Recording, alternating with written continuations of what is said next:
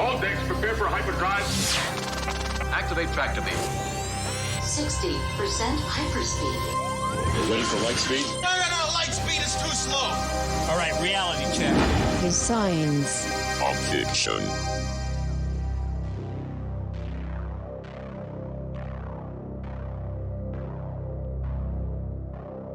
All right, everybody, welcome back to another episode of Reality Check. And I am so excited to be saying this. I've always wanted to say, ladies and gentlemen, welcome to an episode of Jurassic Park. And we do have Jurassic Park on deck today, and we are talking to Dr. Craig Coleman. Dr. Coleman is an associate professor of plant sciences at Brigham Young University, Masters of Science in Genetics from BYU, and molecular cell biology PhD from Penn State. He's taught courses in genetics, cell biology, molecular biology, biotechnology at BYU for 27 years. So he really knows what he's talking about. And his research at BYU has been focused on molecular genetics of plants. We are so excited to have you here today, Dr. Coleman. And I usually spend a little bit of time introducing the movie or the concept, Jurassic Park. But this is one where if you haven't heard of Jurassic Park, this is probably the wrong channel for you. So let's just kind of jump right into it. Before we jumped onto this recording, you mentioned that you saw the movie in theaters when it first came out. So tell me some of your initial thoughts then and how your opinion of the book and the movie has evolved. Well, I really enjoyed watching the movie. It was a lot of fun.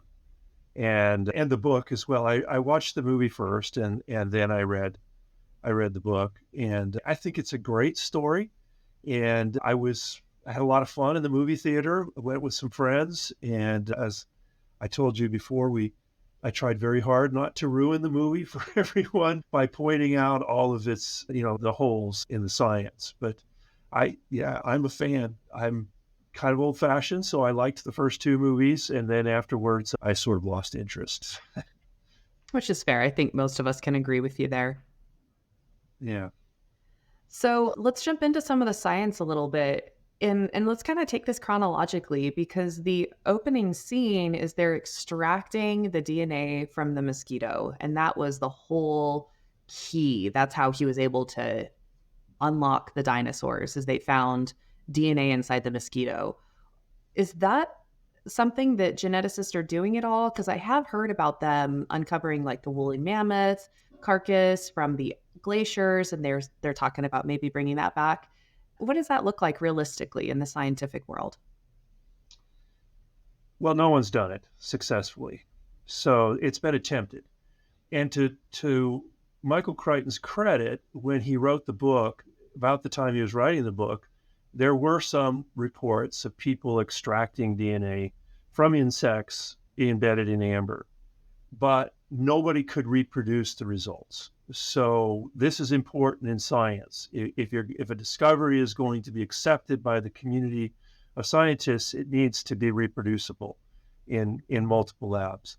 And nobody else could do it. And so it was, I think, as I recall, it was a bee, some sort of a bee that was encased in amber, and they tried to go in and get DNA. And there's been other attempts. Of course, amber is fossilized tree sap or resin.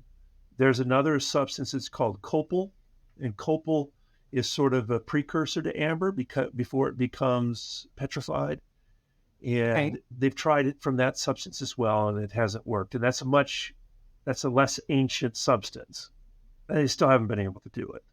So why? Is the DNA broken? Does it have a half-life? Does it kind of decode over time?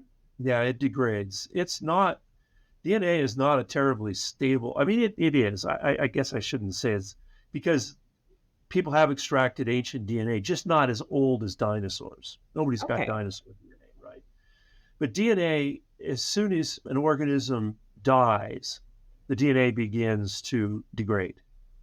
And in fact, our DNA would degrade if it weren't for cellular processes that are built in that repair DNA. So DNA is always being damaged in our cells, but there are mechanisms, cellular mechanisms that are designed to repair the damage. So it spontaneously degrades, and then it gets repaired.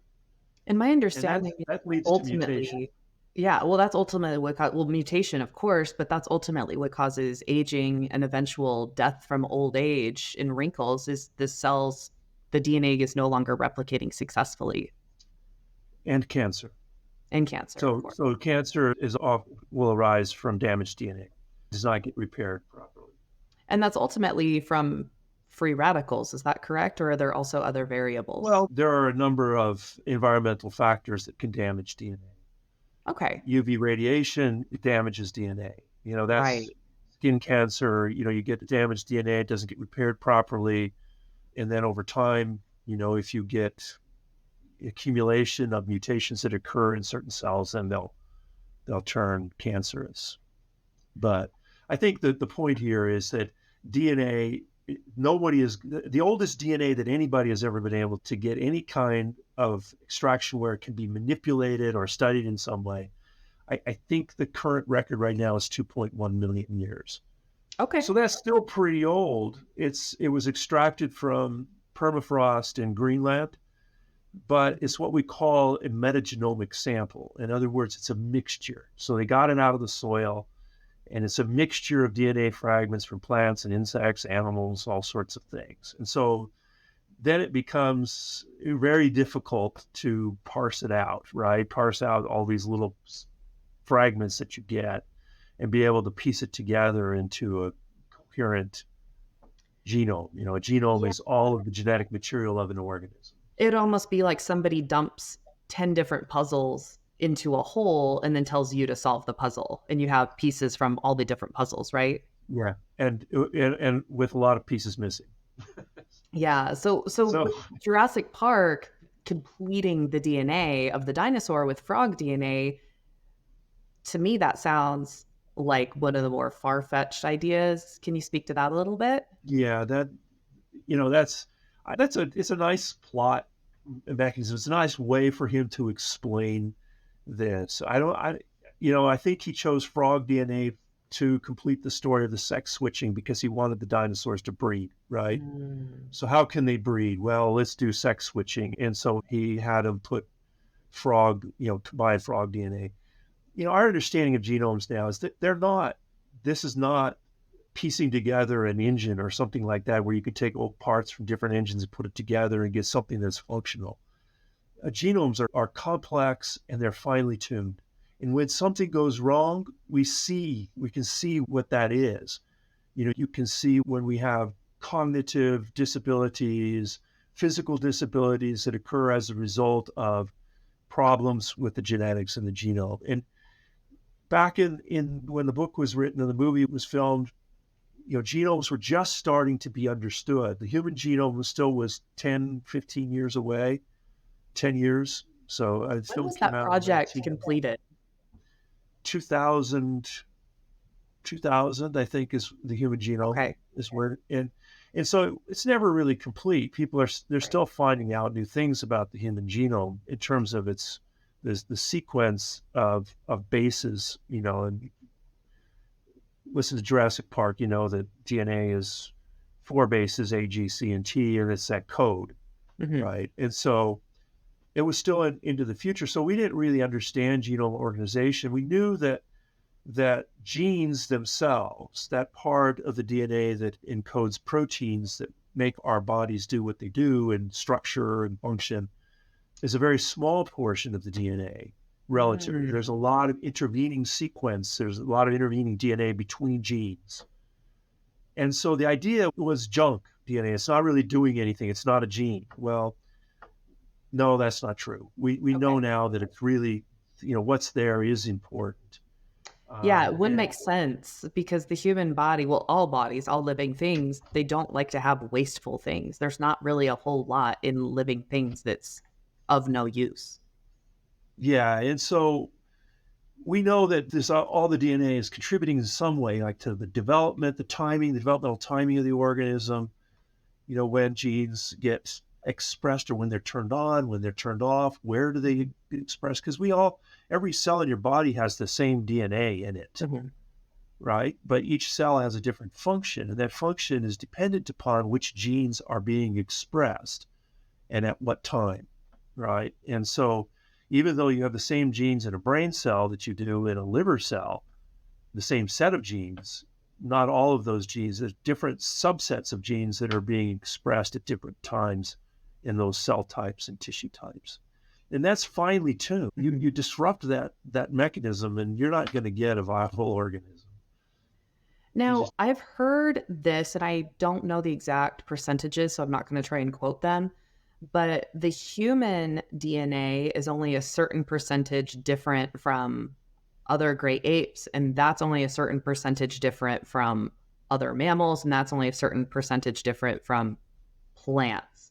But those Right. percentages are very marginal. So some people get very excited when they're like, wow, we're so similar to our mammalian or ape relatives, but then we think, well, we're also really closely related to trees.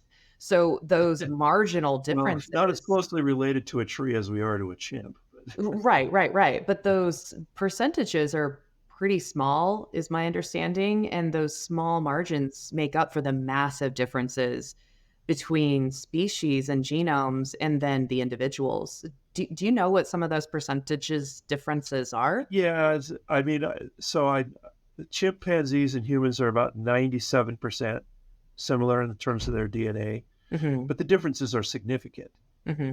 So the differences lie, in fact, in the intervening sequences, right? Not in the genes themselves. The genes, the human and chimp genes are very similar to each other. And in many cases, they're actually identical. Mhm. But where you find differences are in the intervening sequences that don't encode proteins, but contribute to developmental timing, right? Where there are differences in genes, protein coding genes, the largest amount of differences in genes that are related to neurological function.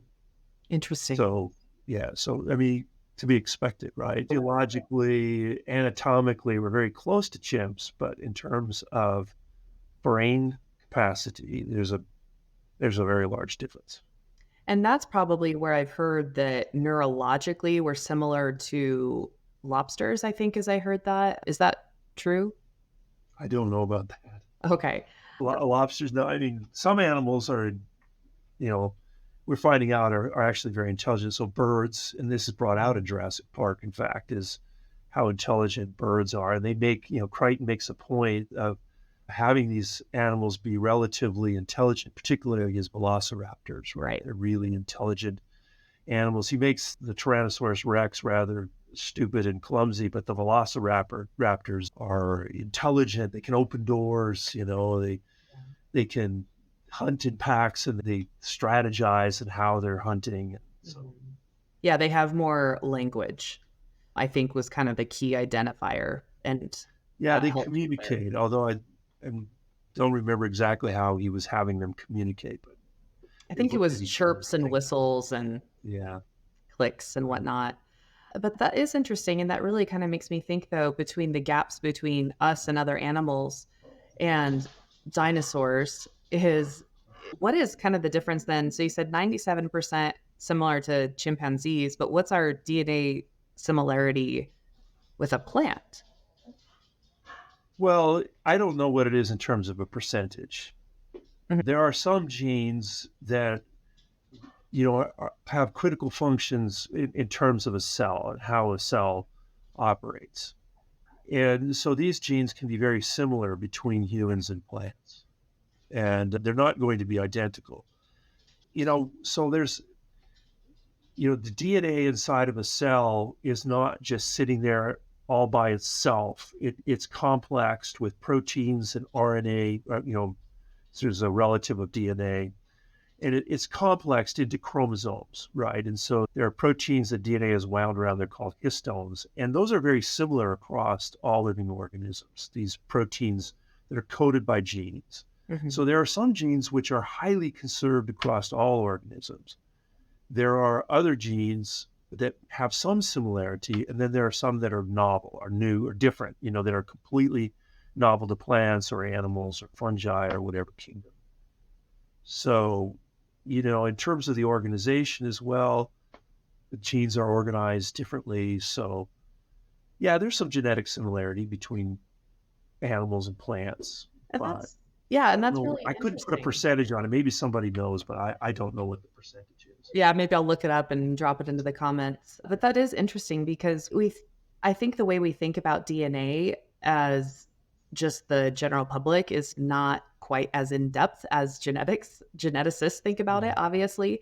And it's really interesting to think that there's going to be pillars that are consistent throughout all life forms that we share with other life forms.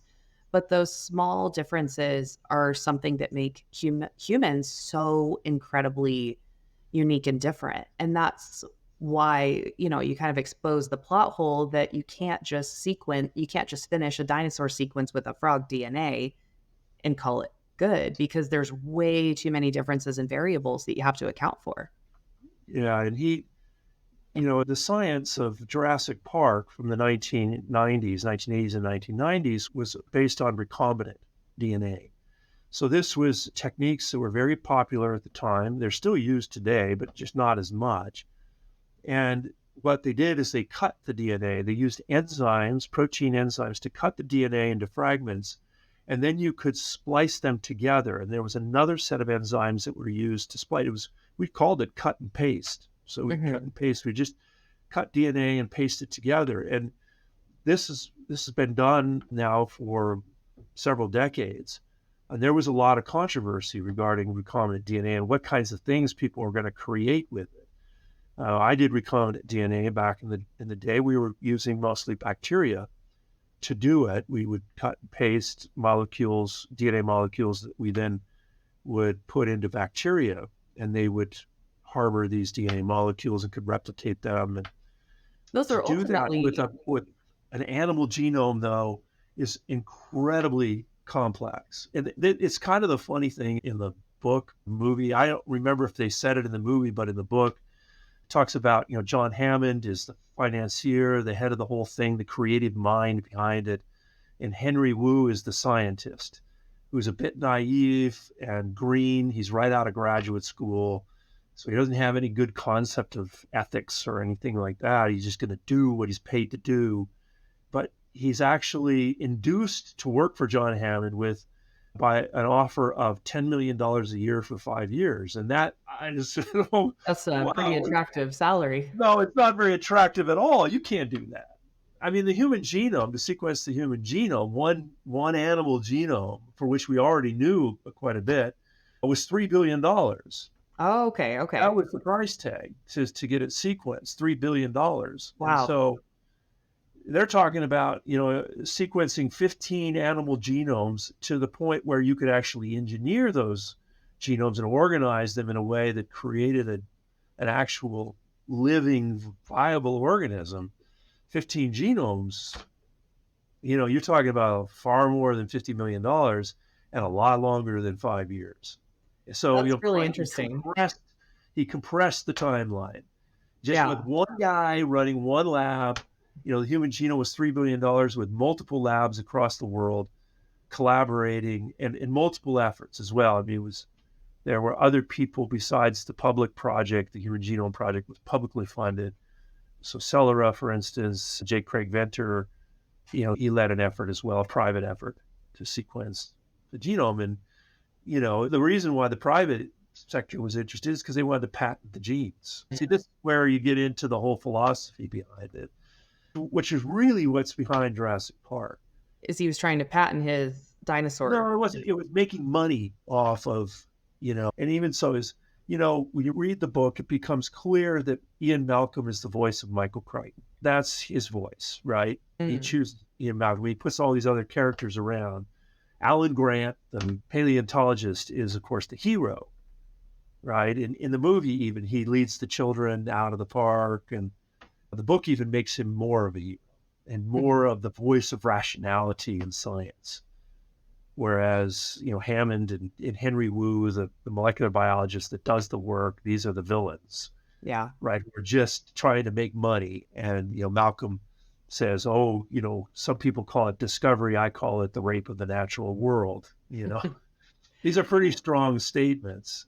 And a lot of things are true. He talks about these guys doing something because they said, oh, I can do it, instead of asking, should I do it? But I do it. Yeah. And Right. one of my favorite scenes in the whole movie is when they're sitting around having dinner and he says, the only one on my side is the blood sucking lawyer. And the lawyer's Yeah. just like, thank you.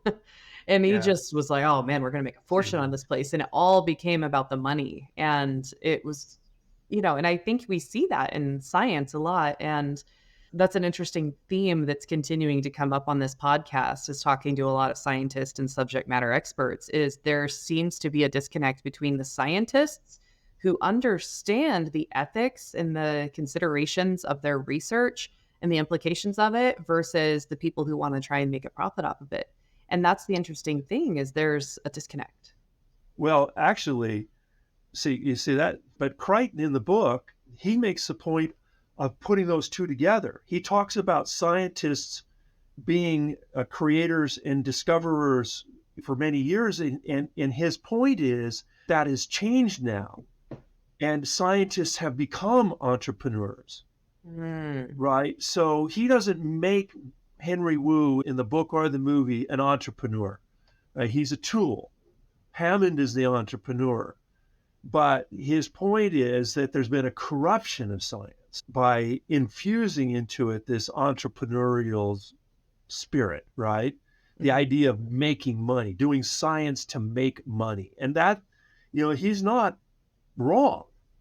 It's certainly true. And, now you have scientists, you have even university laboratories, universities themselves, who are very much focused on patenting discoveries, on licensing, on getting money from research products. And so that's a big part of his book. And in the book itself, the lawyer Gennaro is not his friend. The movie, they make it, we're going to make millions of dollars, and he starts. That doesn't happen in the book. Gennaro wants to blow the island up. Okay. See, and I actually have not read the book.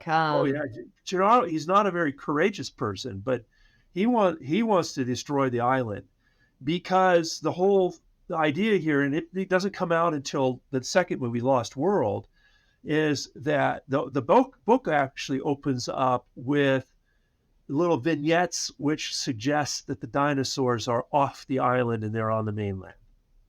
And it's a whole plot device too, because they actually see on the camera a boat leaving the island, and they see on the camera that there are velociraptors, or they actually see it through the binoculars, that there are velociraptors on the boat. And so it's actually Alan Grant and the kids are trying to race back, getting through the park in order to stop the boat and to get it turned around so that the velociraptors wouldn't get off the boat and onto the mainland. Got it. So Gennaro knew it. He knew that the dinosaurs were off. He believed that they were off the island, and he saw it as a liability. He saw it from a legal perspective, and he wanted to destroy the island. That is and really it's interesting. actually it's not the blood-sucking lawyer that gets eaten by the tyrannosaur. It's the public relations guy. Okay. So, I don't know, Crichton's probably got some underlying issues, with certain people and, kinds of people. And it is funny because archetypally his characters kind of show up repeatedly in his books. Yeah. And so it is interesting that you brought up that he wrote himself in as Ian, the chaos theory. Well, I think that's his voice. Yeah. His message is being delivered through Ian Malcolm about science and the danger of just doing things in order to make a profit, right? That's kind of where, it's right in the introduction to the book. It's clear. And Right. he's very clever, because he starts his introduction by talking about real science being done, and he talks about Genentech, which is a pioneering biotech firm. And then he moves in and he just transitions over to InGen, which is his fictional. So where does that kind of lead us today with some of the technologies that are similar in the book that are being kind of developed? Cloning, for example, is something that is starting to happen on certain scales, Dolly the sheep. And those are, for the most part, for-profit technologies. Well, cloning isn't just beginning. It's been going on for a long time. Right, And it right. is So tell us possible more to about that. clone. Yeah, it's possible to clone certain organisms, including mammals, sheep, cattle, cats, dogs. People are doing all sorts of stuff. They clone, there's a company at Texas A&M that will clone your pet for you. Really? Okay, so that's an Arnold Schwarzenegger movie. I think that one was The Sixth Day, where they have the re-pets, and there's this Yeah, I corporation. didn't see that movie, so I Yeah, don't know. there's a corporation that can clone your pet. So if your dog dies, you can get the exact same dog again tomorrow. And wow, it sounds like that's happening. Yeah, it doesn't turn out to be as neat and perfect as you might imagine. So you So don't quite I get your tell the dog. story in my classes. They cloned a cat, a calico cat, and somebody wanted this calico cat cloned. Well, it didn't turn out to be calico in the end, and there's a reason for it. There's a genetic reason behind it, and the cat turned out to be black and white or gray and white rather than a calico orange and gray and white. So, but That's really interesting. So we can clone, we can, but but not in the way we that Crichton described it. And okay. so, when he takes those guys on the tour, they go to each little section. They start with extraction, and then they go to genetic analysis, and then suddenly they go to the nursery. And Crichton has left a big gap right there because he goes from extracting DNA, sequencing the DNA in the genome, and then he goes right to just having the embryos and the eggs in the nursery. Mhm. And I'm thinking to myself, well, how did you get the DNA into the egg? How did you make the embryo? Because you cannot do that. And in the way that he described it through recombinant DNA, you can't do it. Because DNA is not, you can't just take a DNA molecule and make an organism out of it because it's packaged in these chromosomes. And the chromosomes have structure and they have purpose and function. They're complex with proteins. And so the organization of the DNA in the nucleus is very critical. And you can't just do that de novo. You can't just, throw it in and it won't self-assemble. Mhm. Mhm. And so in order to clone an organism, you actually have to take a part of the cell, the nucleus. The nucleus is where the DNA resides. You have to take that where it has DNA that is already complex with proteins and chromosome structure. So when they cloned Dolly the sheep, for instance, they went into the adult sheep, Dolly, and they removed a cell, the nucleus from a cell in her body. And then they got an egg from a female sheep. And an egg an egg is a gamete, is what we call it. And the nucleus only has one set of chromosomes. Okay. And when it's united with the sperm, and the sperm also contains one set of chromosomes, you restore the two sets of chromosomes that all mammalian organisms have, right? As humans, we have, there are 23 human chromosomes, but we get one set from mom and one set from dad. And so all of our cells have 46, two of each, one from each parent. So it's the same thing with sheep. So an egg has only got one set. And so they go in with a little fine needle and they pull that nucleus out. Okay. And so now you have an egg that doesn't have a nucleus. And they take the nucleus from from the adult cell of Dolly, and they put it into that, what we call an anucleated egg. So it's missing its nucleus. And then they do a little stimulation, and it thinks now it's a zygote, which is a fertilized egg, and it begins to divide in vitro in a petri dish. Once it reaches a certain stage, then they can transfer that into a surrogate mother. They actually implant it into the uterus of a female and let it develop and grow. So you have to have an intact cell. You cannot start just with DNA. And so, a few years ago, there were some scientists who wanted to clone the woolly mammoth. Right, Well, I remember reading about yeah, that. they went to Siberia because there was a find there of a mammoth encased in ice. It was the And they baby, thought, wasn't it? what's that? It was a little baby, wasn't it? And it still had food remnants in its body, something like It that. could have. I don't remember if it was a baby or doll, but they thought we could find if they could find an intact cell, they could get its nucleus out and put it into an elephant egg, and then implant it into an elephant and maybe give birth to a woolly mammoth. That's very Jurassic Park, right? Right, But no, right. woolly mammoths aren't necessarily terrifying animals. It didn't work because they couldn't find a cell that had an intact nucleus. It had The degraded. woolly mammoth, I mean, the genome has been sequenced, but we can't actually make a woolly mammoth just with the DNA. And now, but there have been advancements. And so if I were to write this book, or if Crichton were to write this book now, instead of using recombinant DNA of, getting a whole genome sequence and then pasting pieces together, I'd do gene editing. See, so we've advanced now, and you have the ability to actually go into a living cell and change the DNA sequence without extracting the DNA. That's called gene editing, and that's a whole new development in molecular biology and biotechnology that is just... And that's what they're using CRISPR for, right? CRISPR, that's exactly right. Right. CRISPR is gene editing. So CRISPR was not, it was or it was not around during the development of the movie and book Jurassic Park? It wasn't. No, it's Okay.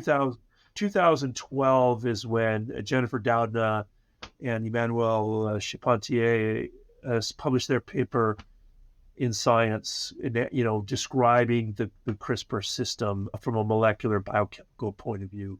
And it's so much more... They got the Nobel Prize for it because it's just now being used, and it's going to, rock our world. Well, it's It so already much is. more. It's so much more refined than the cut and paste editing system that you described earlier. And that's kind of, correct me if I'm wrong, that's the system, the cut and paste is the system that they use to do some of the earlier GMOs to help food be more resistant to viruses or bacterias and certain things like that. Yes. Right. Right. And so that, to make a GMO, you're making a transgenic plant. You're introducing a new piece of DNA, a foreign DNA, into the plant genome. And that's what they did. It was recombinant. And so you take a piece of DNA that encodes a protein that you want to put into the plant. You put it into a little circular piece of DNA. We call it a plasmid. You put that into a bacteria. And there's a bacterium, it's called agrobacterium, that infects plant cells and will actually transfer its DNA into the plant, into its nucleus, and get integrated into its genome. It's a really Right. Whereas remarkable CRISPR process. uses viruses to embed the DNA. Is that right? CRISPR, you could use a virus that's supposed to deliver it in animals. That's always the problem with animals, is how do you get, engineered DNA into an animal cell? And they do use viruses to deliver DNA to animal cells. We generally use, for plant cells, we use the agrobacterium, although I think viruses have been used as well. And so that's how you make a transgenic plant. Now that all sounds really scary to people. I think a lot of people out there are terrified of GMOs. They're terrified of genetic modification, but it's being widely done. And I know that the scientific community, you have your conspiracy theorists, your scientific community, there's a kind of a disconnect. And a lot of people are scared of the technology they don't understand, and they draw conclusions based on observational things they see. Oh, I eat this genetically modified food and it upsets my stomach, whereas the unmodified food may not have done that. Can you talk a little bit about what's actually going on with these technologies and if we should or should not be wary of them? Well, okay. So, so the caveat is I'm not concerned about it. I understand the process, and genetic modification of foods and food crops have been going on for generations, for decades. We've been modified for hundreds of years. We've been modifying organisms genetically. But we've been doing it for so long, people are accustomed to it, and it doesn't seem to bother anybody. I mean, tomatoes, potatoes, corn are incredibly Bananas. They're domesticated. We've manipulated them to suit our purposes so that we can grow them in large monocultures and produce many tons of food. Wheat, corn, rice, it's all been modified. Almost everything you see in the grocery store is genetically modified, even if it says GMO free, because you can't really, it's like bananas. Every single banana is a clone of the one banana. I think there used to be hundreds of species of banana. I don't know if it's hundreds, but there were multiple species. But now the banana that we eat is based off of just the one banana clone. Yeah, and it's actually causing a problem because there's a fungus that destroys the banana. And so, Interesting. So that's why biodiversity is so important. yeah, it is. So the GMO, though, has a very specific definition. And so when we say that an organism is genetically modified organism, we mean that foreign DNA has been put into it, not through natural conventional breeding processes, but it's been introduced through these molecular biotechnological techniques. So I can't make the joke anymore that my dog is a genetically modified wolf. Yeah. Well, you could, but it's not the same. And we can do it with animals as well. So fish have been genetically modified. So there's a company that makes genetically modified salmon. They've introduced a growth hormone into the salmon so that it grows much, much faster on the same amount of food, the same amount in time. It just becomes very large so that it can be harvested more, quicker. Are we doing that with humans too? No. Because there's always those ethical concerns, but there are conversations about these things. Well, super athletes and people who are resistant to disease. Right. So we talked about gene editing, and a few years ago, you had this gentleman in China, He Jianking. I can't remember how to pronounce his name, but he did CRISPR on human embryos, right? So he engineered these human embryos, to be resistant to the AIDS virus, right? And he actually did gene editing, so he didn't have to extract DNA from the cells. He just went in and modified them, and then he actually put them, implanted those into the mother, and she gave birth to twin daughters. Oh wow! They live, they exist. He says they did, but he's not telling who it was or where they live. But he went to jail. Yeah, he spent several years in jail in China. The Chinese, because of his violation of Chinese law, and it was very upsetting. I mean, the scientific community went, they were not happy about it. So these girls may or may not exist. They may or may not exist. Wow, he's saying that they do and they lived, but it's a modification to a cellular receptor that prevents the cells from allowing them to be infected by the. Wow. Yeah, people are concerned, and people have always been concerned. One of the things I wanted to say was Jurassic Park is not a new story. It's a very old story. It's been around for a long time. Now, Crichton repackaged it and made it very exciting and very adventurous for a modern audience, but it's not a new story. This is the story. It's the same story in Frankenstein. It is Frankenstein. It's Mary Shelley's Frankenstein. Packages dinosaur, different monster. Frankenstein was the doctor. He was the one that created the monster. In the book, it's the monster, right? Frankenstein is not the name of the monster. But which is kind of the paradox, because Frankenstein was the monster, if you truly understand that he was the monster for creating the monster. Yeah, and it was a very up-to-date kind of idea that, people believed that there was some sort of way that you could animate dead flesh, and so he gave it an electrical purge shock, and put all these pieces together, and it's what he did, it was just like piecing together a genome. He pieced together body parts, and then he stimulated it in such a way that it was animated and became a living being. It's the same story, and it was a horror story. This monster that goes out and does horrible things, and he does give it some humanity, and it's the book is very philosophical in nature, but it's the same idea, and it even goes back further into Greek myth, because Mary Shelley, the subtitle of her book Frankenstein is a modern Prometheus. So you go back to Prometheus, right? And Prometheus stole fire from the gods. He was a Titan. He stole fire from the Olympic gods, and he gave it to humans.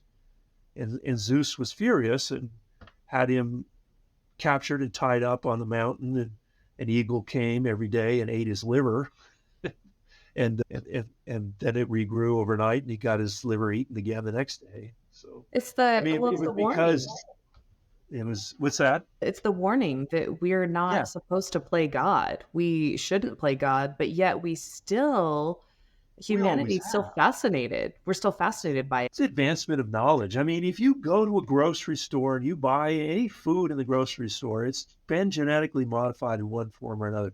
Not necessarily transgenic, although a lot of it has. In the by introducing foreign DNA through artificial means. But tomatoes, for instance, are heavily bred and domesticated and have been, through genetic breeding, plant breeding, because if we didn't, it wouldn't last. We Right. have so many diseases, and so they bred into it resistance to diseases, viruses, bacteria, fungi.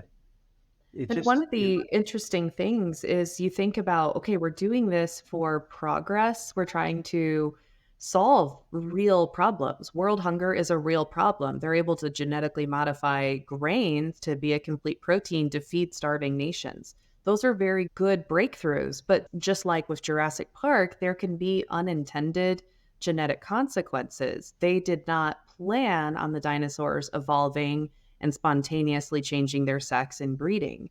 So is there anything going on in the scientific genetic community right now where we're witnessing some of those unintended evolutions or consequences from some of the genetic modification that may have started from something good and now we're seeing it changing to something that we're not quite realizing how that would have come about? Well, there's always concerns. So for instance, one of the 97% of the corn that is grown in the United States is genetically modified to be resistant to insects. So they've taken a gene from a bacteria called Bacillus thuringiensis, and it's a gene that encodes a toxin. It's toxic to insects, but not to humans. They used to spray this bacteria, and they probably still do on certain crops.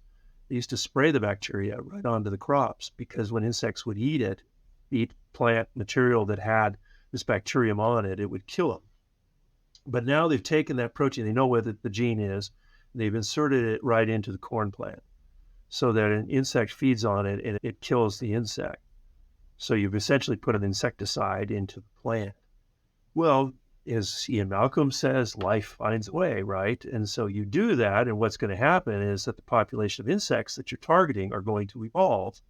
They're going to evolve resistance because there are always going to be insects in the population. Just because of genetic variation, there will be insects in that population that will have resistance to the toxin. Whether the insect develops a spontaneous mutation that allows it to cope, or if that mutation was always there in the population. It's going to always be there, right? But the ones who were not resistant die off, and the resistant ones now thrive.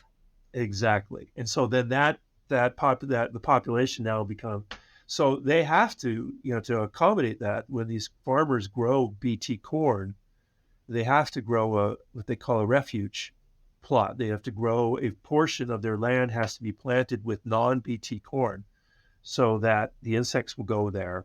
Wow. And it maintains a high enough frequency of the non-mutated gene that allows those insects to still be susceptible. Wow. I didn't know that. It's so interesting. It sounds like it's almost like a genetic arms race. We are trying to keep up with the mutations and the changes, but we can't. We're always going to be just either one step behind or step in step with how nature is changing to adapt to humanity's changes. Now, here's the thing, though, is that we are trying to, it's a noble cause to want to feed the world, right? To decrease food insecurity. We want people to not be hungry. So we say, well, we need to come up with ways to produce more food, more calories for people to consume, better calories. They have more nutrition. And so it's a great concept, but it might cause us to be distracted from where the real problem lies. Because right now we produce more than enough food to feed our population. In fact, we could probably feed many more times our population than we currently have on the planet. We're talking world population. Our problem is not production, it's distribution. Mm-hmm. We do not have equitable distribution of food. And we have to figure that out. And maybe we should be focusing some of our efforts on that. How do we, we have war, localized famine and drought, social instability, oppressive governments, whatever it might be. don't get the food to people who need it, not because we can't produce the food, but because of these other kinds of barriers. So we do have that danger in that race and drive to produce more food. Maybe we should be thinking more about how do we get the food to the people who really need it. And I think that's as important. And that really changes the conversation from can and should we do some of these genetic modifications to, well, yeah, we can, but we don't even need to. If we're properly managing the funds, if we're talking about it like money, we want to manage the funds properly that we already have, and we're mismanaging it.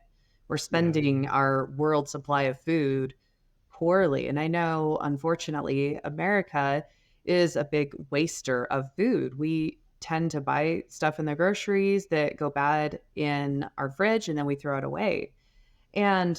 But then we circle back to the genetic modification. Well, what if we can give it a longer shelf life? Then we're not going to throw it away. So the questions, it seems like it keeps circling back to the answer of we need to continue to modify the food to last longer, when in reality, we just need to manage it better ourselves. And so you're absolutely right that being able to change these foods doesn't fix the underlying problem that we're poor stewards of the food that we already have. Well, and it shouldn't deter us from scientific advancement, in my opinion. There are good things. So, for instance, cassava, which is a very important plant in the diets of a lot of people, cassava would probably be gone if it wasn't for genetic modification, right? So it's been modified to be resistant to a virus that would otherwise destroy the crop. So, we want to make sure as well in the process that we keep the diet diverse. We maintain native foods as well. Not everybody should be eating wheat or rice and corn. There are other kinds of food that we should be concentrating on. We can address food security by promoting foods that are, part of the local culture. Yeah. That are nutritious. For example, to kind of promote BYU, which has long been involved in research on quinoa. So quinoa is a native food in the Andean region of South America, which is very important to their culture and their diet.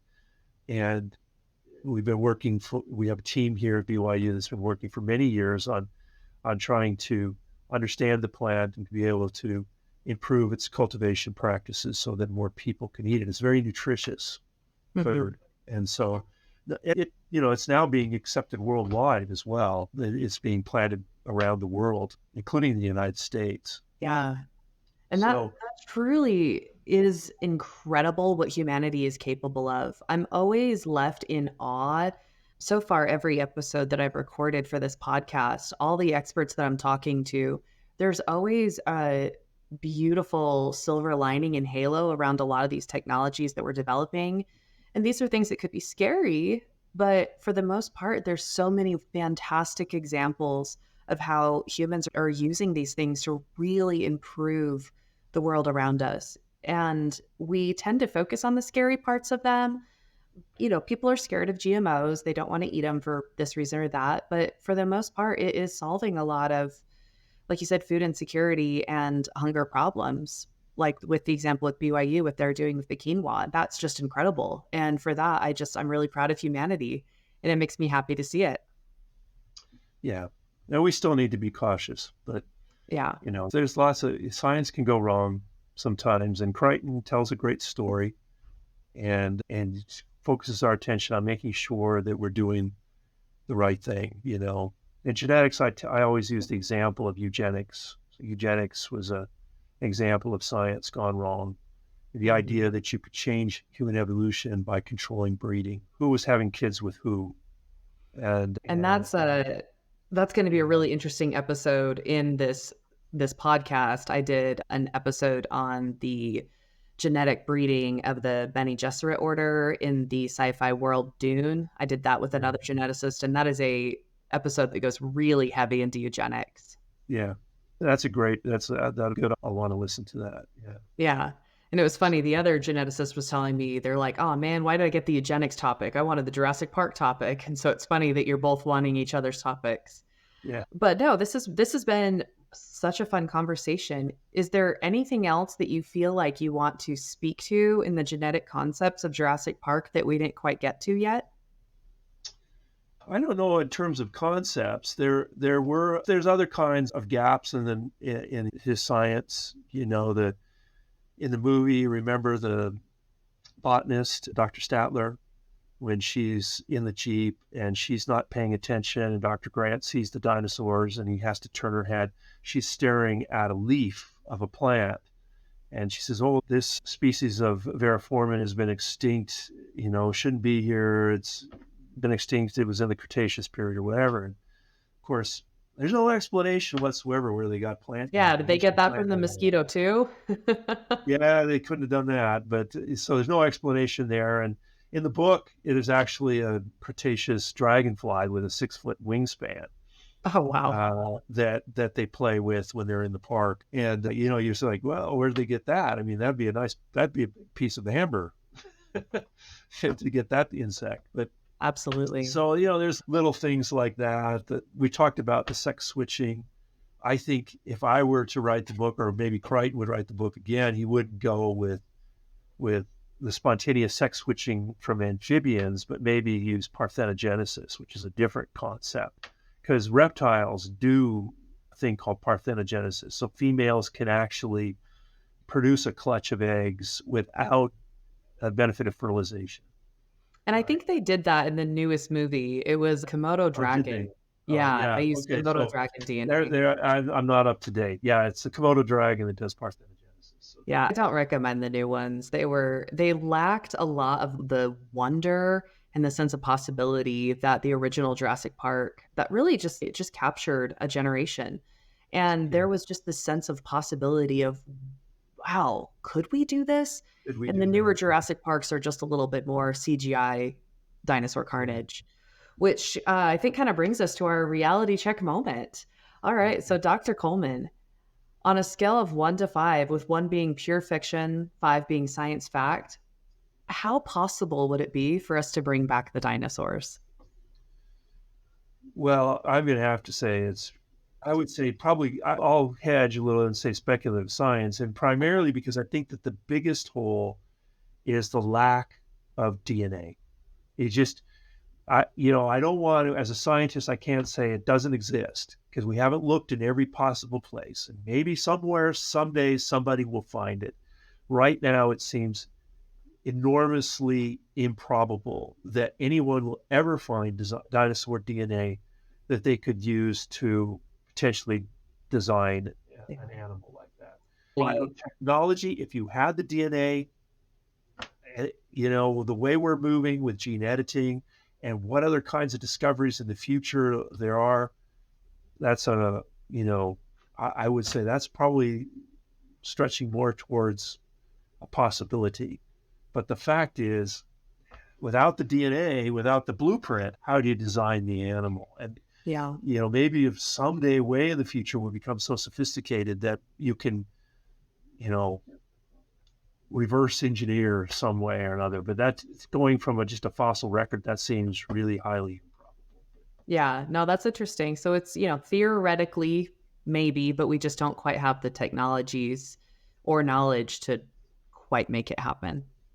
Yeah, and the lack of DNA. It's like trying, saying we recreate a building, but we don't have any blueprints for it. We don't have a picture. We don't have a blueprint. All we have is like maybe an impression, a fossil. And how do you build all the organisms, all the organs and tissues, and what color is it? We just don't have DNA. Yeah. So, Dr. Coleman, thank you so much for coming on the show. And this has been a total blast. Yeah.